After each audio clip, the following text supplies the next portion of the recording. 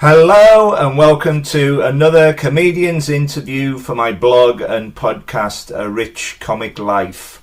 My name is Richard Gill and my blog describes my experiences of watching over 1,700 comedians and counting for over 50 years.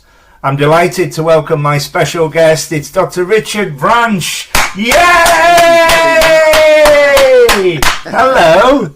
Hello there, how are you doing? I'm all right. How are you? Thank you so much for doing this. Comedians, that's amazing. It's insane. Wow. Wow. I mean, it's utterly insane. I started off age 7. We'll talk more about this later. But I've been watching them since I was 7 years old, and I started writing lists. I make lists of everything, and I thought. Write down every single act you've seen and every venue you've seen them in, and watch them grow. And the thing has just taken off. It's just extraordinary. The love of the comedy and all the rest of it over the years. And I've seen some extraordinary things. I really have. Anyway, never mind me. How are you? I'm delighted to have you here. Nice to be here. Thank you very much. Yeah, no, I'm sure you've seen a lot of changes over those years, particularly the kind of venues which would stage comedy have really changed. And I think the change of platform has really changed the nature of comedy too, I think. But we very much so, yeah. Talk about that later on, Yeah. So you've been on my radar for a long time. I've seen you many times over the years, most notably at the Comedy Store. But you are a comedian first and foremost. How did you become a comedian in the first place? How did it all begin?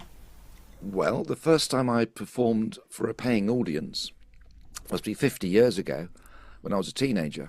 Wow. And that was a music thing, and people associate me with music because of Whose Line. But although that's not what I do now, my first gig was a music gig, and that was getting in free to a folk club, which was a room above a pub in Bristol Docks.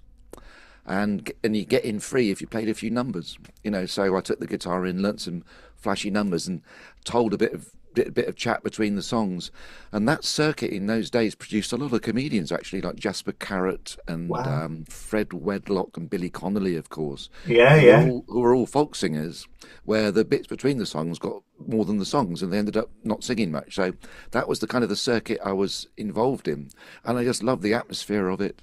I also went back to that club with a little school band I had that I played the washboard in. Wow. And that was a kind of we had the singer sang through an acoustic megaphone to give it that kind of vodeo kind of feel, and we did old Temperance 7 numbers, which were the same sort of stuff that had influenced the Bonzo Dog band, who I also loved. And in fact, at one stage we even had on the front of the stage a little wind-up 78 gramophone, just playing the crackle off a record. So there was kind of crackle going while we were playing. So Wow. It was a bit surreal right from those early days, really. But that was how I started. Then I went to university, and of course there, because I went to Cambridge, there's loads of theatre clubs, and you can go out to Edinburgh. So I went to Edinburgh in 1979. And again, because of the privilege of being at that place at that time, there were platforms where you could get up and be rubbish and come back and do better. And then I started a double act with Tony Slattery back in 1980. Bless him. We did, I know, but it's a shame we've lost him a year ago. And then we had an hour of material in 81, and that material we kind of brought down to the London comedy circuit and Wow. started to get there. We didn't tell people we were from Cambridge because it was very unfashionable. And but then people forget that double acts and strange acts and alternative acts and sketch groups, that was mostly what live comedy was, apart from the old-fashioned, the old school of Embassy Club and all that lot. But yes, and then the first Perrier Award was the award for the best revue on the Fringe, REVUE, because there was no stand-up in Edinburgh that year or the year after. It was purely a sketch show award, which became a solo show award much later. So it was back to the early days, which you'll remember, of when the new stand-up hadn't happened. Alternative comedy was just happening. Well, my first ever gig, age 7, was Les Dawson on holiday in Scarborough. Well, I mean, And he was a genius writer. oh, it's still top five for me. Still top five.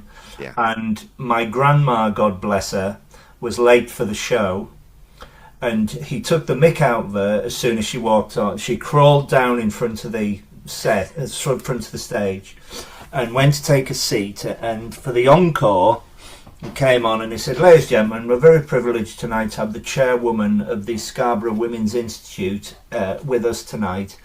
Today is her birthday, and she's been let out of the home. She's 111 years old today, and please, can you all join in?" You know this. And he starts playing it badly on the piano, and then he said, "No, what? Oh, no, ladies and gentlemen, she's not 111. She's ill." And then finished, and the curtain came down. And I can remember, age 7, I am famous for my very loud, infectious laugh. And something must have triggered that. And I thought, what on earth was that? That's fantastic. And incredible. And a year later, I saw Tommy Cooper in Scarborough. We liked holidaying in Scarborough. My home city's Carlisle. And then I got the bug for it. Now, as I say, I started writing everything down. Tommy Cooper was incredible. The curtains opened. He's lying on stage. There's nothing but a bed on stage, and he's lying on it. And after about 2 minutes, he pops his head up. He goes, "What? Somebody come on." The 111 ill joke is, a classic that you still see in pantos today. It's, Yeah. One of the classics. He is extraordinary. So, your first ever gig, your first ever paid gig, when you stood up there and were doing your stuff, did you know then that you were going to be a professional comedian? When was the point when you thought, I can do this and I can do this well? Was there a point? I gave up the day job on the 30th of June 1985, which is, Wow. people always remember that date. And I'd been doing it sort of semi-professionally because I was at university for 7 years because I did a PhD. So I had a lot of time to do various sketch shows of various people and the double act with Tony. And the thing is, all of my colleagues, because I'd stayed on later, all of my sort of contemporaries had gone off and vaguely gone into the business, got an acting job or done a bit of radio or something. And I thought, oh, well, it seems to be quite easy. They all seem to be going off and doing that. I'll give it a go. Now, the colleagues I'm talking about then were just, spotty undergraduates, but they now are Stephen Fry and Hugh Laurie and Emma Thompson and Ted. So the fact that they were all going off into the business, I hadn't quite realised they might have contacts or extraordinary talent. So I just kind of followed, thinking that's what you do, and got lucky. And I came to London and continued not only with Tony, but also I was in the sketch group called the Millies with 3 amazingly talented writer performers, Caroline Leddy, Joe Unwin and Donna MacPhail. And I was the kind of token male. And that was kind of doing sort of vaguely feminist sketches. And we were touring that, going to Edinburgh and then doing the art centres. And I was doing shows with Tony and a few other bits. So it all started to take off. And it was easier in those days because rent wasn't stupid money. Yeah. And you could sign on, and the enterprise allowance scheme, which meant you could work and still earn a bit. And so it was and we didn't have student loans. So, I mean, I don't know how people do it now. It's terrible. So I kind of fell into it, and then joining the Comedy Store Players in 1986 was again something I didn't particularly think had any future to it, but I'm still doing that 40 years later. Yeah, Extraordinary, it really is. Yeah. You mentioned Donna MacPhail. Yes. I used to go to Manchester to see a very dear friend of mine who's still in Bury with his wife, and if ever I missed a show in either Carlisle or when I came to London, missed a show in London, he would always have a show on in Manchester for me to go and see. And she was a regular. We would see her a lot, and I have very, very fond memories of her act. She was a great comedian. Did she move on or give up, or what actually happened to her? She had an amazing career, radio and telly and live and all that. And I think she went on to other jobs. And I still, just occasionally, with the social media and stuff. But yeah, she had an amazing career, absolutely fantastic, very, very talented. And what was Tony Slattery like? Was he like? We saw Robert Ross interviewing him when the poor man was ill. He wasn't very well at all, but it was great that he still had the old spark back and everything. But we saw him being interviewed in Edinburgh, and I wanted to ask you: was he like that all the time? Apart from the illness, was he always enthusiastic for life? It's a shame people go on about the illness because that's a tiny part of him. I think that Yeah, the yeah, main part of it, he was extremely funny, yeah, extremely sociable, yeah, extremely generous and kind, yeah, and he had a sparkle in his eye. He'd always want to do the yeah, naughty thing, and when we used to get together to write, we'd just sit and giggle, and it, it was, and then we looked, oh God, we've written this stuff, and get a look at it. And he was extremely, he was exactly like you saw, but he was just ridiculously talented. Not only was he a great actor and a great singer, he starred in West End musicals. Not many comics do that. Jason Manford, perhaps, and a couple of others, but Phil Jupitus. But he also had a sharp mind. So he had a film review program, which was very good, and I remember that. TV, and he wrote and he did the comedy, and he came on Who's Line, and so he did so many things terribly well, and so something I kind of think in retrospect is that the reason I think we clicked when we met is because we were not the posh boys at Cambridge, quite the opposite, and I think we had that in common. And I Right. think if you don't come from a posh background, if you get offered an opportunity, you take it because you don't know it's going to come again. So I think he took a lot of jobs, and a lot of people who were jealous and didn't have a fraction of his talent started to say, "Oh, well, he's doing everything." Well, everyone wanted to work with him. Everybody wanted him in the room because he could do it, and he was great company. And, Yeah. and If one you look at somebody like Ramesh Ranganathan or Josh Widdicombe now, who I love both of them, I've watched them since practically day one of their careers, and now they're everywhere. If the opportunity comes along, take it. And what an extraordinary talent he was, and for you to have the experience of working with him must have been joyful. Yeah, but at the time we were just two young blokes Yeah, being yeah, offered yeah, something, yeah. But we kind of said yes to everything, really. Like came down to London to do our best 20 minutes of our hour, and we went to the old jongleurs at Battersea, and Malcolm Hardy said, oi, oi, do you want to do the Tunnel Club? So we headlined the Tunnel Club and succeeded. And then Vivian Stanshall from the Bonzos used to run a boat called the Thekla in Bristol Docks, which is still there, and it was a theatre boat in Viv's days, and he lived on the boat. And we did a Halloween show there on Halloween of 1984. Wow. And stayed over on the boat and had a séance afterwards with Viv. So we did quite a variety of things, and it was always great fun. It was such good fun, and we kept. I did his podcast, his Rambling Club, right at the end, and so it was always a joy. We always ended up giggling, and we both felt 21 again every time. That's fantastic. That's why I do comedy. That's why I do this. The one thing it's given me to sit on the front row is confidence personally, and because I love for the comedian to give me a mention or put me in the set or whatever. But actually being in an audience is one of the most joyful things you can do, because the lights go down and they're doing it for you in that particular moment. And I can remember, we're moving on to this now, your experience of the Comedy Store and the Comedy Store players.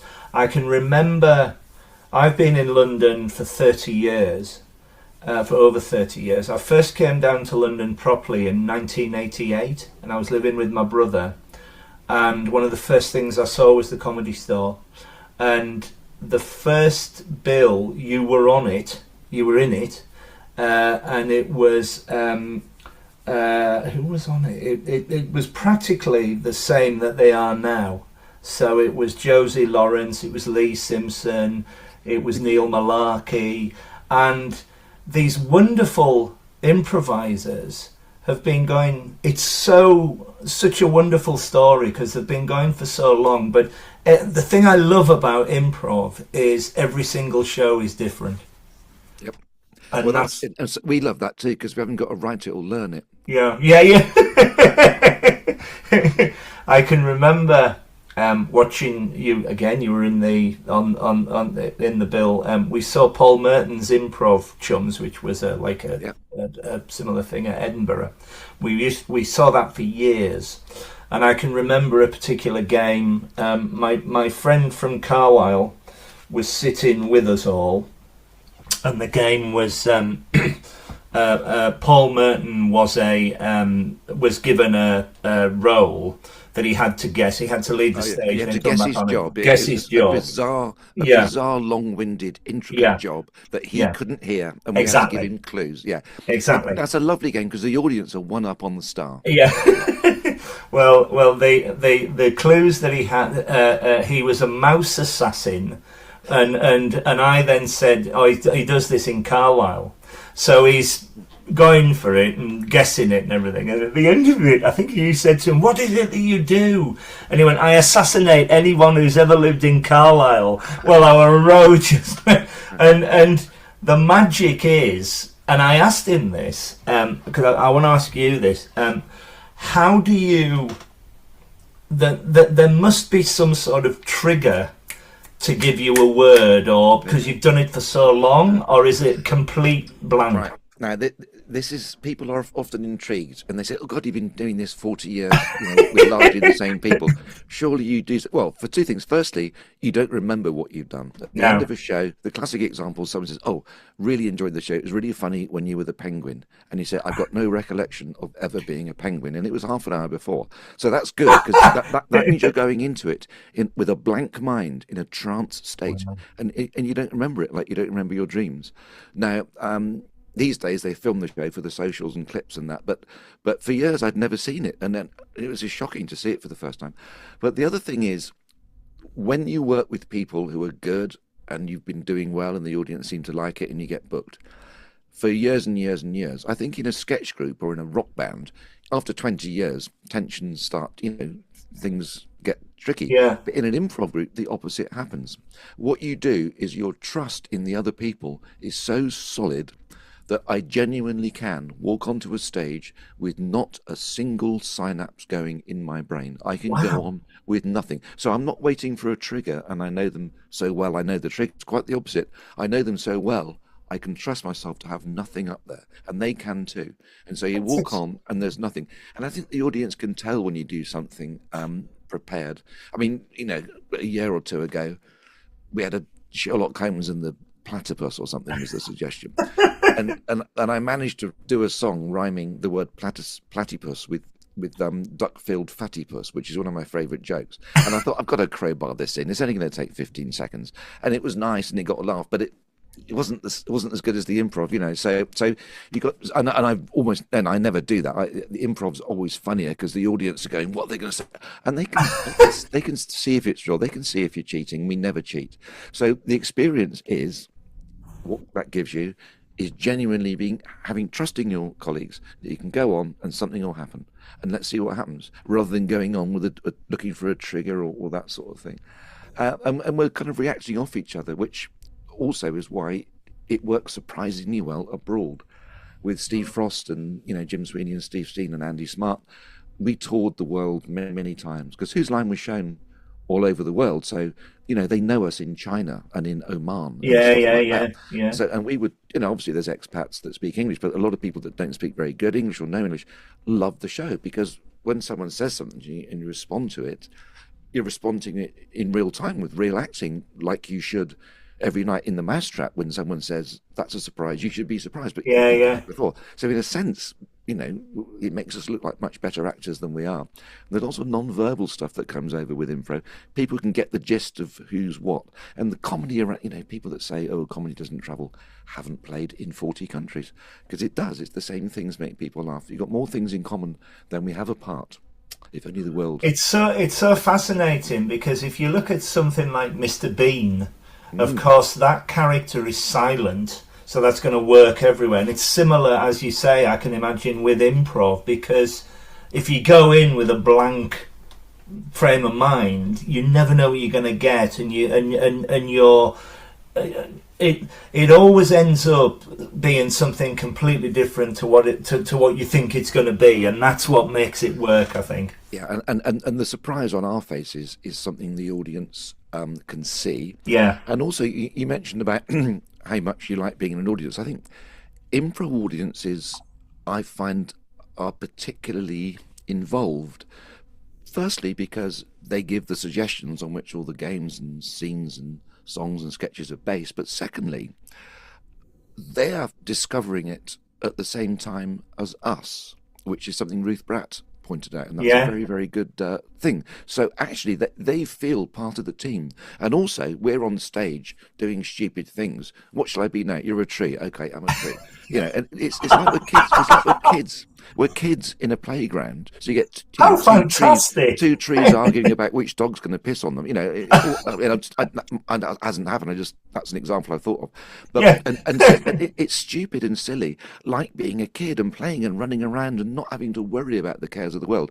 And I think we're a bunch of kids on stage playing, and we've invited the audience on to be in our gang for a couple of hours. yeah, And yeah, it really is quite. I hate to say therapeutic, but it kind of is really. I think even more than stand up. And yeah, stand up's great, and there are wonderful yeah. stand ups, and that's a whole different discipline to improv, which is, is both are now big industries. They weren't when we started. Yeah, yeah, yeah. It's interesting because I asked Paul Merton that after I met him, and said about do you remember when the assassination everybody in Carlisle happened, and he straight away went no, and he said it's because we. It's all going on 3 or 4 times ahead, and you don't know what's going on, and then you forget about it, and then tomorrow is a new day. Yeah, And you start, yeah, it's almost like a trance state, and yeah, if you're doing it properly, you kind of shouldn't remember in a yeah, way. I yeah, think yeah, yeah, it's when on a computer when you forget to save it on the hard disk, is yeah, yeah. it's in the RAM. Computers probably haven't even got that anymore, but Yeah. How did the Comedy Store players get together? How do you recruit a new member? And how do you work out who's going to appear? Because guests appear. I've been there many a night where you've had special guests. okay, I can answer those questions exactly because I was there. They began back in 1985 Yeah, with Canadian Mike Myers, who went on to do Wayne's World and yeah, Austin Powers and all that, and Kit Hollaback, excellent American yeah, stand-up. Of course, improv has a much longer tradition in North America, so these guys knew about it, and they got together with Paul Merton and Neil Malarkey and Dave Cohen and persuaded Don Ward at the Comedy Store to give half the show initially, then the whole show an improv thing. Nobody had heard of it, and then Dave left quite soon afterwards, and then me and Josie joined, and then Kit left, and then the kind you get, and then over the years Jeremy Hardy was in the group for a bit, and Sandy Toksvig, but then it really settled down with Paul, Josie, me, Neil, Andy, and Jim Sweeney, and in fact we didn't recruit a new member, I think for 30 years until a couple of years ago when sadly Andy passed away. And we recruited Ruth Bratt, who's very good. yeah. So the actual membership of the Comedy Store Players is still only about 10 people ever. But obviously we're all doing other things, and so there are gaps, and we get guests who are good improvisers, some stand-ups. In the early days, we kind of got stand-ups came in because there wasn't really a pool of improvisers. But I think as it grew in popularity and people watched Whose Line, like people like Pippa Evans and Ruth Bratt used to watch us when they were kids on Whose Line, and now are coming along, wiping the floor with us because they're so good, as guests. In terms of who books it, then the actual members of the Comedy Store Players, which at the moment is Josie, me, Lee, and Ruth, we take turns. We have a month each, and we just put guests in for the show. Oh, brilliant. It's as simple as that, I'm afraid. And so so it's a bit of admin involved. I joined show business for the show, not the business. But there's a certain amount of admin to be done, and so yeah, and it's all very and if someone gets ill or whatever, and then we book musicians. We have excellent musicians like Steve Edis and Kirsty Newton Yeah, and yeah, yeah. Ishani Perrin-Panagam and Richard Baker and others that come along and do the music for us, and we kind of we book people that are good at the show, and it's a gang. So it's very friendly, and we have a great laugh in the dressing room, and we don't do any warm-ups particularly. We just go on and take the spirit on stage, really. So it's kind of a loose. It's a loose collective which doesn't have any legal entity. It's just individuals. There isn't, it's there's no such bank a account. It's well, there's so many things there, because as soon as my blog and podcast becomes a business, I don't want to do it anymore. I do it for the passion of the creative art of stand-up comedy and improvisation and everything else that goes with it. I wanted to mention Steve Steen and Jim Sweeney because I grew up watching them on television, bless them. And I CBTV. Exactly. I used to love that. I wanted to ask you, how are they both doing? And I also wanted to pay tribute to Andy Smart, who was on this podcast, came on the podcast and did a wonderful hour. And I always dearly remember him clearly loving the stage and the improv. And he had such an infectious laugh, like I had, that was so enthusiastic towards an audience, and he's dearly missed. Well, to start with, Andy, he did enjoy the show as much, if not more, than anyone in the audience, and strictly speaking, should have bought a ticket.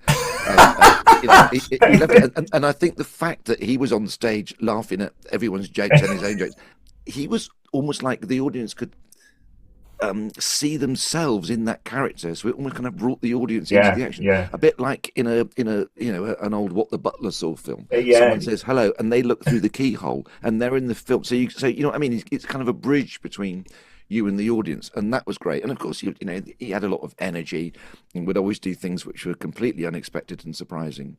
Wonderful.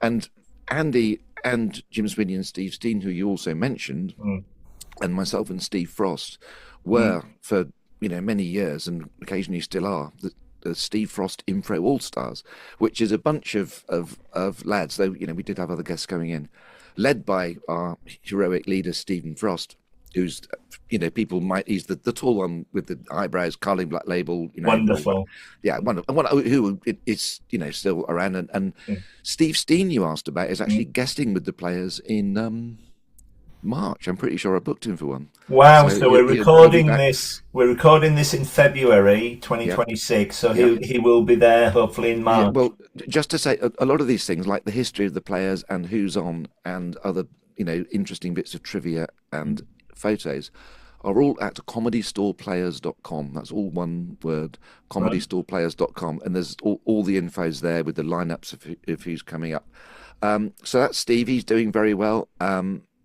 He does all sorts of odd little bits of films and stuff. He's a very interesting. Jim Sweeney was diagnosed with MS back in the early 90s, and I saw him a couple of months ago.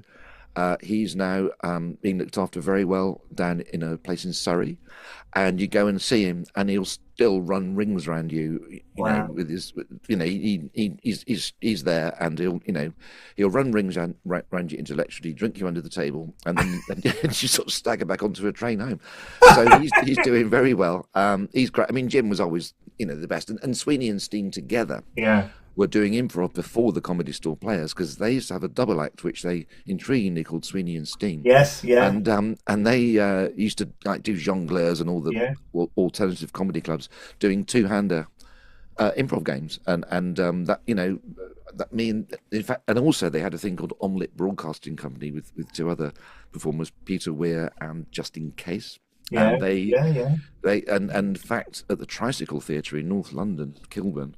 That's where me and Tony first guested and started doing improv before the Players with them. So they're a big part of it. And an Omelette Broadcasting and another group called Theatre Machine and another group called Trouble in Public, who were all improv theatre people that came from the 60s improv boom, which was Keith Johnson and Sylvester McCoy and Ken Campbell and all these utterly nuts theatre people.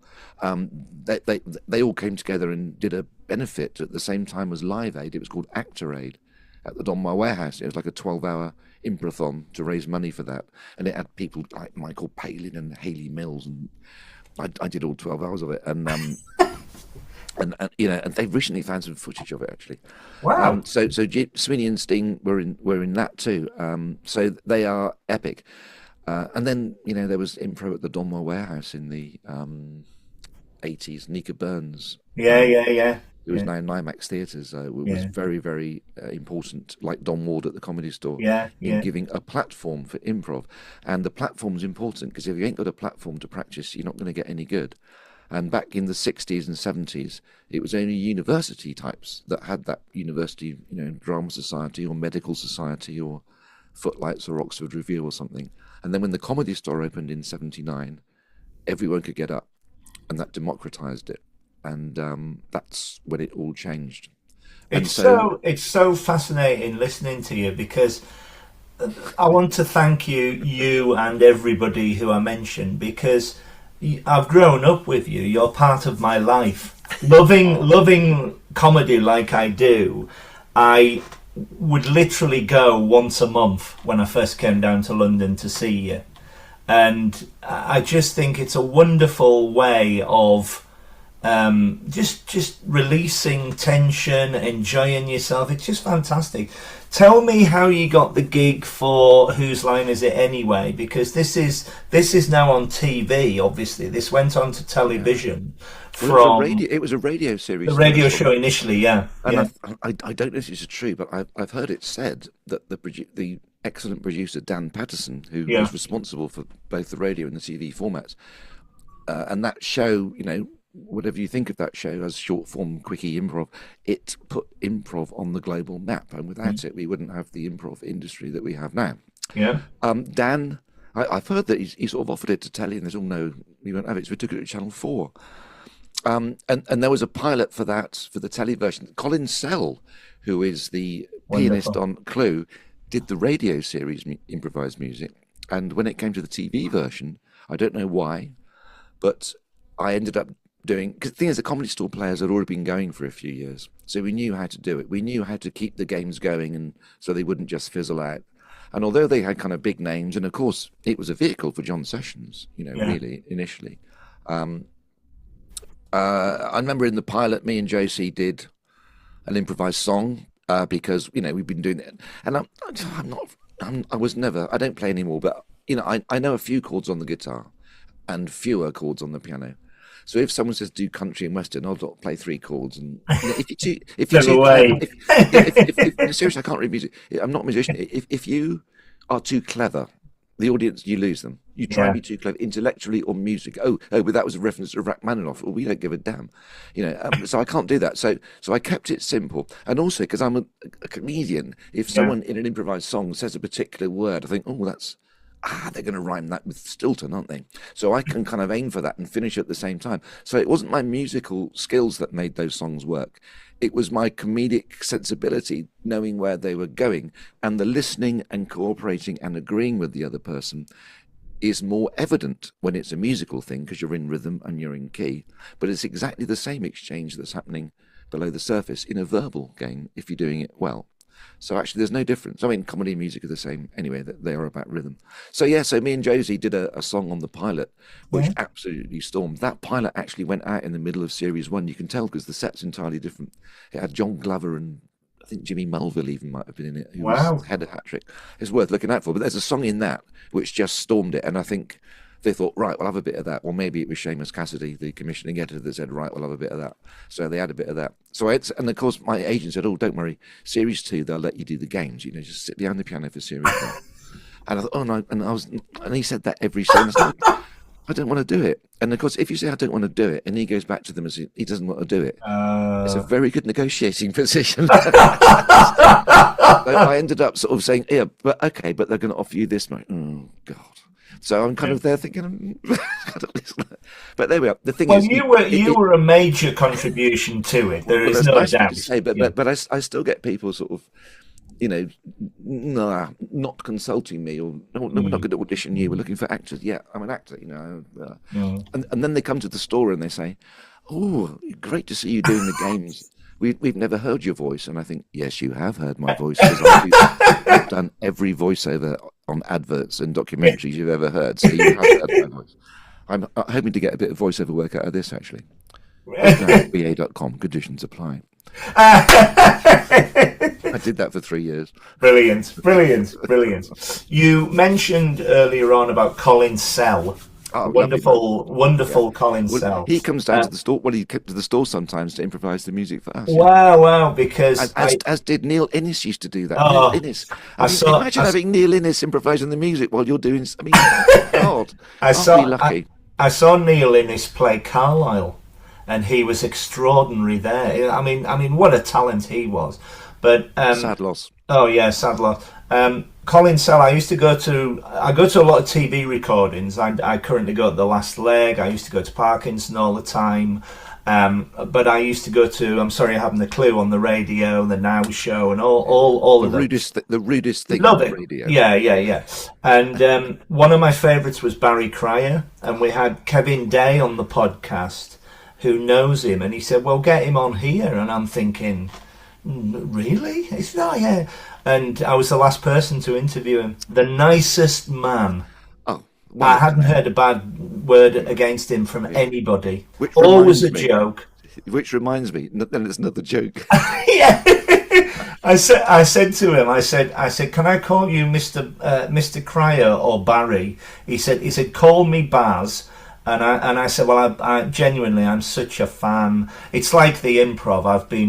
You've written for everybody. I've watched you grow up. It's wonderful, wonderful stuff. Thank you so much. Barry once guested in the improv. Oh wow! It was up in Edinburgh, and it was a big benefit of the I Guild. know you used to do that. Yeah. I think it might have been Jim. It might have been Jim Sweeney and Steve Steen's 25 years at Edinburgh, and Wow. they first went in '74. So this has got to be '99.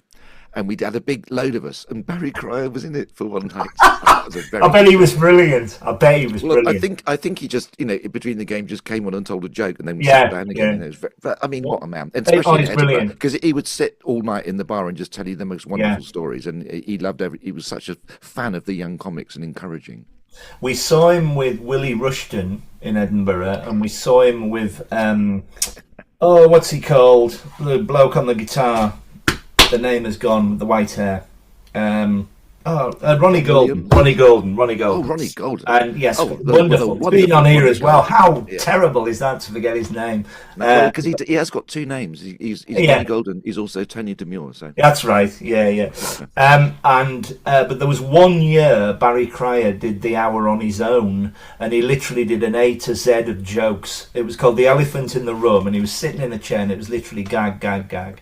And when he came on the podcast, and I was praising him, I said, I'm such a big fan, Mr. Cryer. He looked at me and he went, "You're the one with the twinkle in his eye," and he was away, and it was the best conversation. Just a wonderful man. It's as good as this. It's because listening to you, it just conjures up so many memories for me. I remember my first ever visit to the Comedy Store in about 1986, something like that. And it was Linda Smith, God bless her, Richard Morton, Phil Jupitus, John Maloney was on the bill. Classic. It was just wonderful. was that a Tuesday Cutting Edge? Yeah. I used to go to the Cutting Edge where they took, instead of improvs, it was jokes, wasn't it? They would make Yeah, jokes. yeah. I mean, the guy that kind of encouraged the players and also the Tuesday crew Yeah. was Kim Kinney. Kim Kinney, yeah. the little guy that used to book all the acts there. Again, no longer with us. No. Those were great days. And that would have been what we call the old store, which was the second store. What we call the new store, where it is now, which is just opposite Book of Mormon by Piccadilly Circus. We call it the new store. That opened in '93. That's right. We still call it the new store. Yeah. I used to go to the original one, which is now Capital Radio by Leicester Square. It used to be the Leicester Square, that but wasn't the before original. that, it was in the strip club. That's right. Yeah. Dean Street. Yeah. I never went to that one actually. But I mean, it's funny how it's the sort of thing it's become a history, but I guess we're there and going it. But I don't feel it's changed because I've been going there every week, twice a week for 30 years. We did Wednesdays from '89 until the pandemic. So I've done thousands of shows at the store. I think It's so good. more than anyone. I think because I used to be there every week And Don Ward, you have to take your hat off and say thank you, because he Oh yeah, changed face of comedy, yeah, yeah. and improv as well. Because I think, we were a big part of the Who's Line. We were always introduced us from the Comedy Store Players, and of course, what we didn't realise then was that program was going to be shown all over the world, and so tourists from all those places remembered us from that kind of free advert we had. So good. Yeah, yeah, yeah. But But yeah, but we're still going strong, and it's still as fresh as ever, because yeah, we walk in, and I'd say the quality of the improv, because of the things I was saying earlier about our kind of maturity and trust in each other, and also the amazing selection of guests we have, like Lauren Shearing and Marcus Brigstock and Rachel Paris and Pippa Evans. I mean, you look at the listings on ComedyStorePlayers.com, but I think the standard is, probably never been better, to be honest. I agree. I agree so much. And the amount of acts, obviously, that the Comedy Store has had, it's one of my favourite places to go. I go to about 4 or 5 Just to get different... the product placement. You can buy Indeed, yes, yeah. It is rightly so Britain's greatest. But there's another thing about comedy improv, which is that obviously with stand-up, you got a microphone, Yeah. and the energy's going staged. With improv, although we talk to the audience and we get suggestions from, we don't pick on people, but we ask for their best suggestions. But then we kind of magically switch off that connection, and the fourth wall comes out, and then we're doing scenes, and so Yeah. it is quite theatrical. And we love to play theatres. We've played at Shakespeare's Globe Theatre every year Yeah. since it opened, because Mark Rylance said, "I think you guys are what Shakespeare's lot were like," and I think they did improvise, and he wrote some of the lines down. So we've done theatre, we've done theatre tours, and actually we do go out of town. So I've seen you if touring many times over the years. well, if I can do a plug, Yeah. in the next, early spring 2026, we're going to be going to, Leicester next week, Leicester Comedy Festival, and Christchurch and Lincoln and Chelmsford and Hertford, Exeter, Northcote, Ipswich, Chipping Norton and Watford. So, and also, if you keep your eye on some of the big summer festivals, you might see us build in the comedy tent. I was going to come on to this because I am very fortunate to have my holidays at fringes and festivals. And I've seen you many, many years at the Edinburgh Fringe. We always make a point of coming to see Paul Merton's Improv Chums. And as I said earlier on, I've seen you many times on tour. Can you give me your experiences of fringes and festivals? What do you think of them? Have you been there as a punter as opposed to a performer? Is it different to performing in London? That sort of thing. There's a big difference. So whether you're talking about the Edinburgh Festival Fringe, which is what it is, the Edinburgh Fringe Festival is a hairdressing convention. It annoys me. People that should know better call it the Edinburgh Fringe Festival. It's not That's a festival wrong. of fringes. It's the Festival Fringe. Look at the history. Anyway, I've been doing that since '79. I've taken a couple of years off, but basically every year since '79. Wow. And what's great about that is, whatever time of day your show is, a lot of people that that you'd normally not bump into, because if you're doing the theatre in that town, they're not, or if you're in different parts of London. But at Edinburgh, you've both done a show, you've ended up in a bar, but neither of you have got to get home to put the rubbish out or look after the kids, because you're all staying over, so you can actually stay up and share the stories and remake the connections. And that's true whether you're at a festival like Edinburgh, or whether you're at Leicester Comedy Festival coming out, which is great, or Glastonbury. I mean, we've done the theatre tent at Glastonbury, which is a huge, like 2,000-seater marquee, not the Cabaret tent, which is another comedy venue, but the Steve Frost Improv All Stars have done that festival every year since '97. Wow. And so then you're up for the whole weekend meeting people and bumping into all sorts, and so it's that social thing, because you haven't got to go home. Everyone's there to have a good time, and I think that's where you make the real connections and friendships. Very much so, yeah. Lifelong, really. It's the most extraordinary atmosphere for any of them. It's not just Edinburgh. Edinburgh is the longest one and the biggest one, but as you say, Leicester's the first one. We go to Brighton, we go to Hastings. Hastings is superb by the sea. Lovely. It's a week long. I recommend Hastings very, very strongly. I spend a lot of time in St Leonard's. Yeah. I'm thinking seriously of retiring there. Yeah, really, really going to go. And yeah, the St Leonard's is wonderful. I know the Piper Pub very well. So there's Hastings, there's Hull in November, which I love. They're all fantastic up there. They had Sean Walsh closing last year, and I'd only ever seen him in London, and he looked at me and he went, "Ladies and gentlemen, if you've enjoyed the last hour, thank you very much. But if there's been a very loud northern frantic bloke in the front row, it's just my dear friend Richard." And I love that. I did an improv workshop upstairs at the Piper last year. Yeah, brilliant. Teaching, yeah. Yeah, great. It's such a good venue. There's a great improv scene down there called Improv by Sea. Yeah. Oh, right. Oh, wow. I shall look out for that because we're going again in June. On the 26th of October 2025, right, the Comedy Store celebrated an amazing 40 years. The Comedy Store Players. The Comedy Store, I beg your pardon, the Comedy Store Players celebrated the Comedy Store an amazing... was the 19th of May 1979. There you go. There we are. If we're talking statistics. You have mentioned wonderfully a lot about them. Do you have any specific memories that stick out? Do you have any favourite moments at all over the years? It's very, very difficult to say. But Yeah. there was one gig. I mean, when it really took off in the early 90s, because of that we were all starting our TV careers, and who's like, we did some nice benefits and big shows like Hackney Empire and a lot of the West End theatres. And I remember there was one show that was sponsored by Guinness, Right. and was it the Hackney? Let's say it was the Hackney Empire. I don't know. And so, actually, behind the stage, sort of up the rake, Guinness had sent one of their, top men with the livery jacket, with this lovely bench with a couple of barrels of Guinness, and he was sort of giving free pints. And there was about 20 people. It's like one of those big ensemble shows where everyone gets a couple of games, Then suddenly the number of people on stage was getting fewer and fewer and fewer. Everyone was behind the curtain, but on the stage, but behind the curtain, just quietly drinking Guinness. And it would have been a wonderful sort of Marx Brothers moment just to have lifted that curtain, and everyone had gone.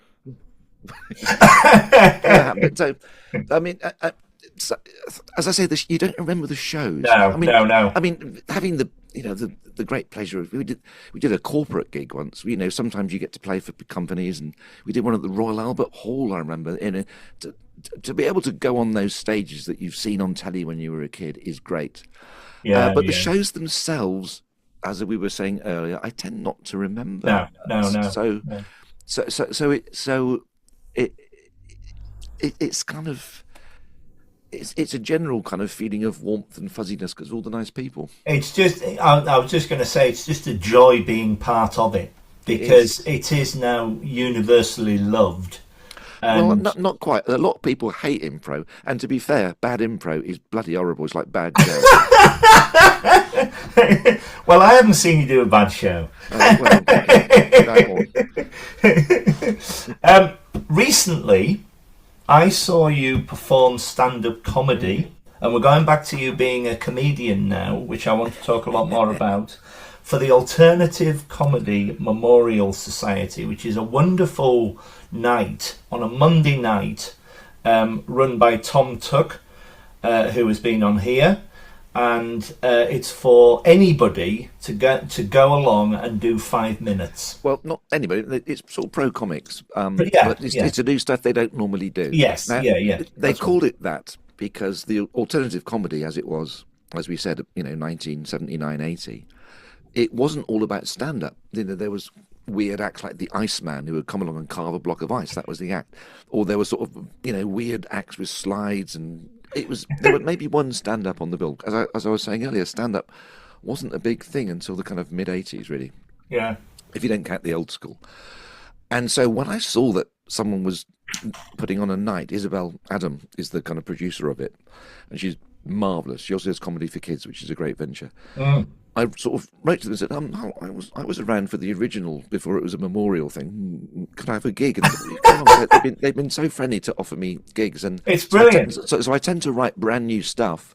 So I've got lots of sort of 6, 7, 8 minute sets that I've done there that I've never or rarely done again, and I've been doing it about 10 years. I first got back into stand up about 15 years ago, and I'm so used to improvising that when I'd taken all this time and trouble to write a stand-up set, and every word and every pause and every breath has to be right. It's a well-oiled machine to do stand-up, and the skill is making it look like you're just saying it. But you really have to get there are great books about how to do this by Joel Morris and Adam Bloom and people. So I would write this stuff and learn it and practice it, which is a totally different discipline than doing improv, and that's why I wanted to do it, to exercise a different part of my comedic head. But I would get there and start improvising, and of course it wouldn't work because you've missed the beat or you forget the vital word. So I thought, right, the only way I can do this is to stop myself improvising is to do it in French. So I used to go down and write stand-up sets for the French night at the old comedy cafe. Once a month they had a French-speaking show. Compo would come over from Paris, and quite a few comic. Arthur Smith speaks French. Did it? Yeah, yeah. Kirsty's husband. Oh, this is embarrassing. Oh, God, come on, Richard. Don't show your age. I'm a pensioner. Nick speaks French. He did it. So I kind of wrote a routine in French so I would learn the discipline of sticking to the bloody script. And then I translated it into English and started doing it in English. But for ACMS, it's great to do all sorts of different weird stuff. And Yeah. a lot of my favourite comics are people I've seen down there.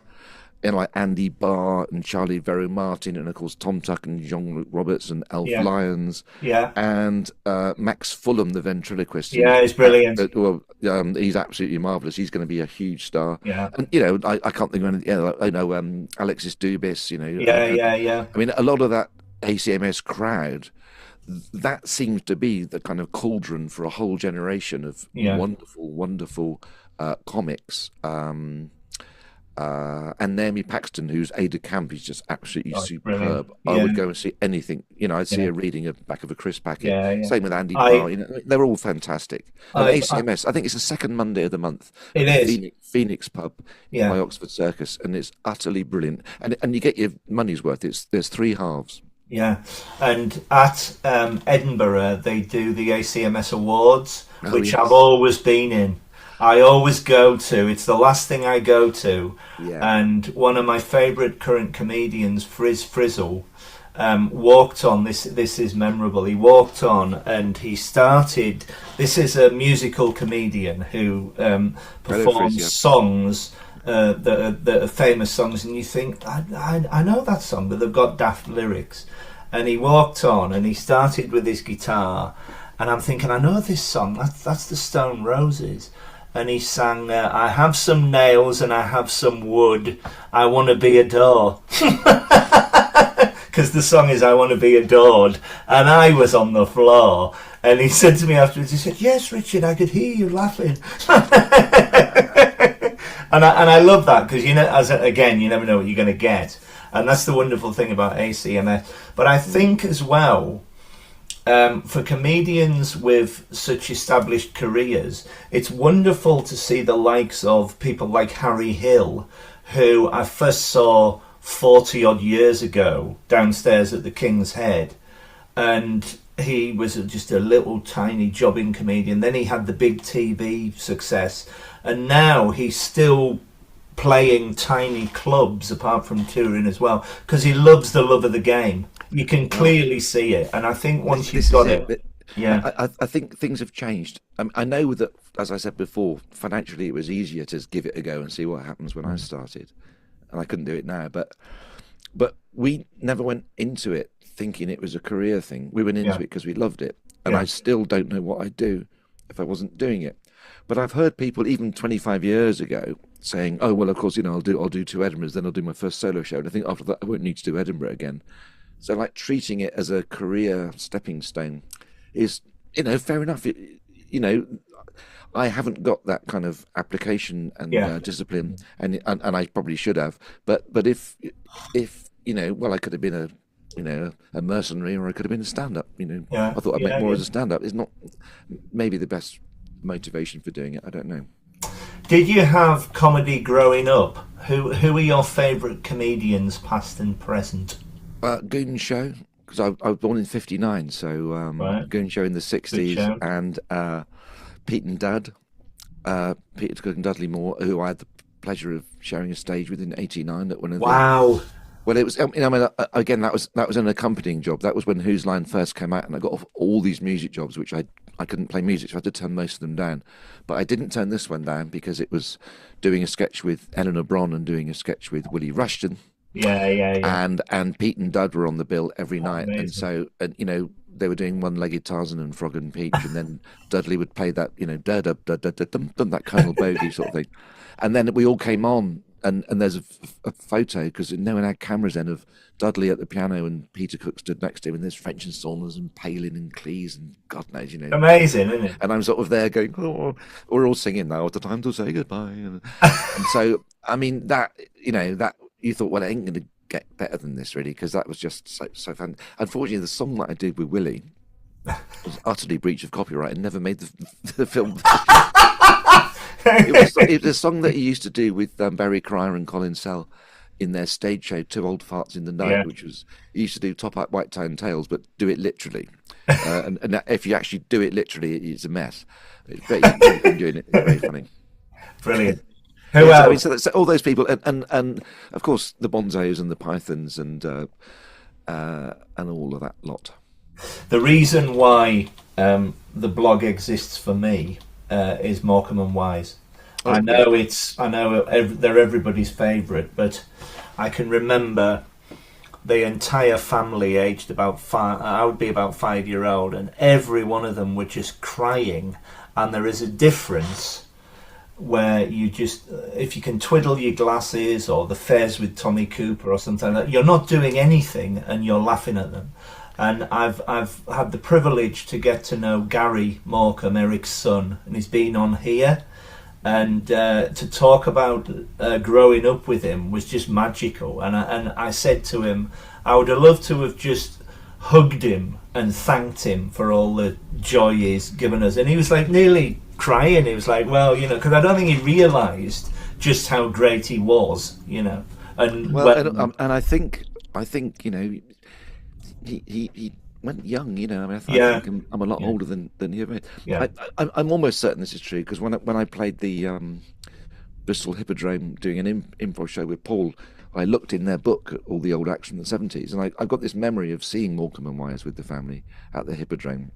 that's 71, I incredible. think it was. And I remember Mrs. Mills was on, a lady that played the piano, and Ray Allen and Lord Charles, you silly arse. Yeah, yeah, yeah. And I obviously memory is a funny old thing when you get to my age, but I'm pretty certain we did go and see that. And but I would have been 12, 13. That would have been amazing. Yeah, That would have well, been yeah, incredible. well, Yeah, it's weird for me to say. I'm not sure it's about, because I hate it when people say things and it's not true. 'Cause yeah, if yeah, it's a yeah. good story, you don't need to exaggerate it. I And can I've remember. heard good stories exaggerated so much they become implausible and Yeah, unbelievable, so they kind of lose their heart. But I will say I'm 99% sure I did have the chance to see them that's back in my incredible. troubled youth.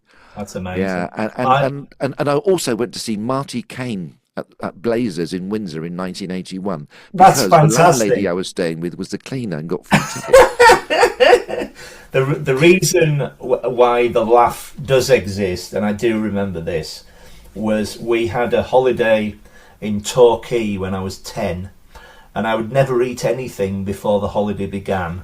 I would have a very strict diet, and my mum and dad said to me, put whatever, you eat whatever is in front of you, and as a result we'll go to a show. So we went to see Tom O'Connor, bless him, and he walked on, and he's the usual 70s nightclub comedian, okay jokes, whatever, but he must have said something that really, really, really loud, and he walked off. He came back on, he adjusted his tie and carried on. So he got a blog entry. It's interesting. I've done a lot of scripted shows over the years, scripted comedy shows, sketch shows, and you sort of tour around doing it.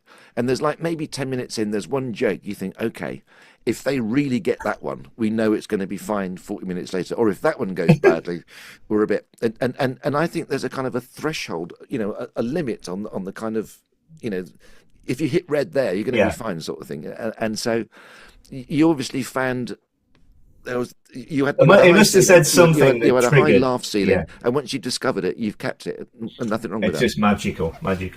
Like me, do you go to a lot of gigs as a member of the audience as well as a performer? Not as much as I should. I mean, plays or comedy, I find watching improv very difficult, because when you're in an improv show, you're not on stage all the time, so you're at the side taking it all in. Okay, that's a reference, must incorporate that character does that, maybe I can use that, and so you're kind of constantly sort of soaking things up, so when you jump on, you're in the vibe. And when I'm in the audience, I can't stop myself doing that, so I'm actually not enjoying it. I'm sort of thinking, okay, what should I do when I go on? Oh, I'm not on. I do enjoy watching stand-up more, but over the years and all the festivals and the bars and the shows, I've been lucky enough to meet so many people. I couldn't possibly go and see all of them do all their stuff, and I should do more. And also, for years, I was working every night myself, so I didn't get the chance to go and see stuff. So not as much as I should. Well, it was great. I certainly don't keep up with the podcasts, which I love podcasts. It's great because good podcasts are like good radio, and radio is great. Yeah, thank you. I find filming them a bit weird, so but hopefully I've got through this one okay. This is clear as a bell, and you've been a fantastic guest. I could talk to you all night, and I wanted to say thank you very much, because I was so glad we finally met at the Comedy Store. It was at the Phil Nichol Cray Cray Cabaret, and I love Phil Nichol. Totally recommended. Yeah. Great. Yeah. It's a really good night. It's on either a Monday or a Tuesday, but it's it's a cabaret comedy show. That's what it is. But Phil Nichol hosts. Old school, but it's great. It's wonderful stuff, and it's so good to see you at the gigs and obviously perform.